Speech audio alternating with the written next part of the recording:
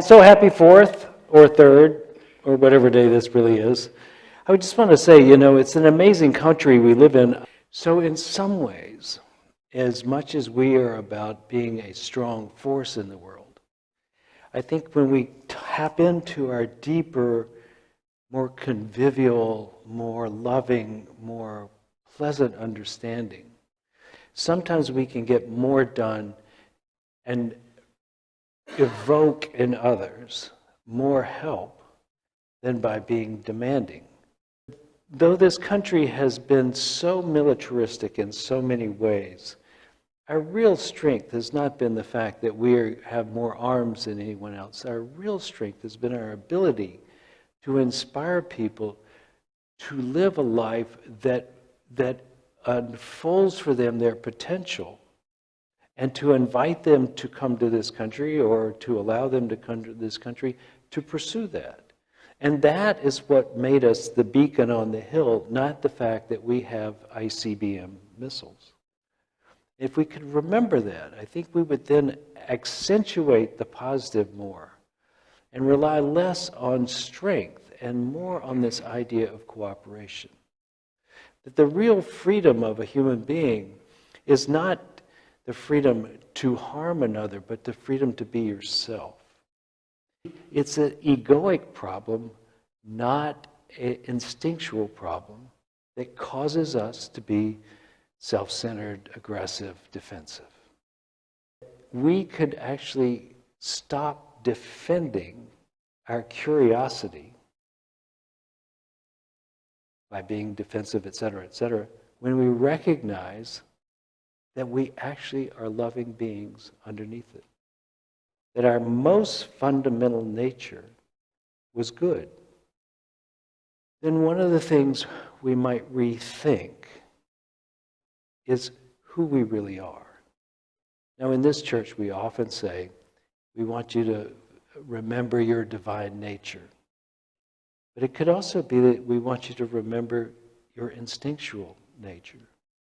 The one that really leans into kindness and inclusion, that extends love to others, that is concerned about the collective as we are about the individual, and that our whole being is recognizing that we are at one with everybody else, that we need a new way of seeing ourselves and finding ourselves within our society.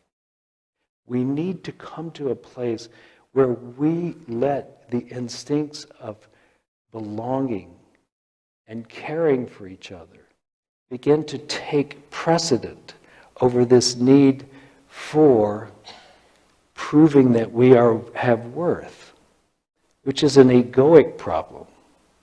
But we need to identify not so much with that, with the need to prove ourselves, rather with the need that we belong and all are ourselves in some way.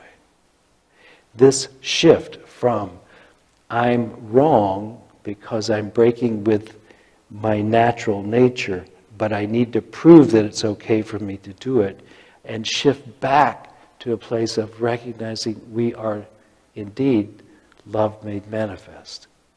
That we might actually, by not trying so hard, be better. Which is often the case, isn't it? When we try to prove ourselves worthy, we don't do that well. When we need to defend ourselves, we don't do that well. And when we try to be better than so that we'll have some reason for being, we don't do that well. Perhaps we could quiet, calm down, come back into our gentle nature, and let that be enough. So 2 things we can practice in our search for freedom. In a country that's based on the idea that it's worth fighting for, perhaps we could add another thing. It's worth not fighting for.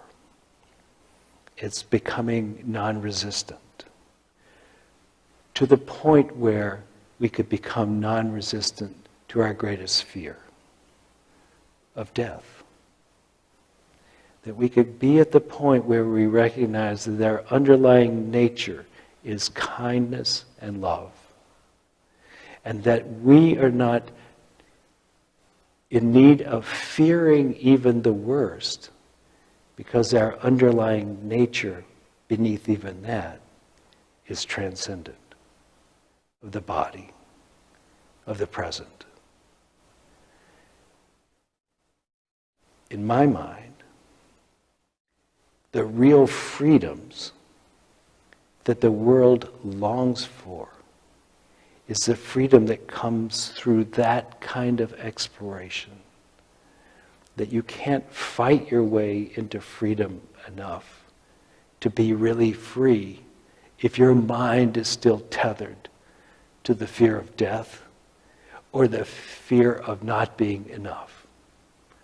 That true freedom, that level of freedom which really liberates, is the freedom that comes once you realize that you are good and do not need to do anything to be that, and that you are indeed more than the body. This is true freedom.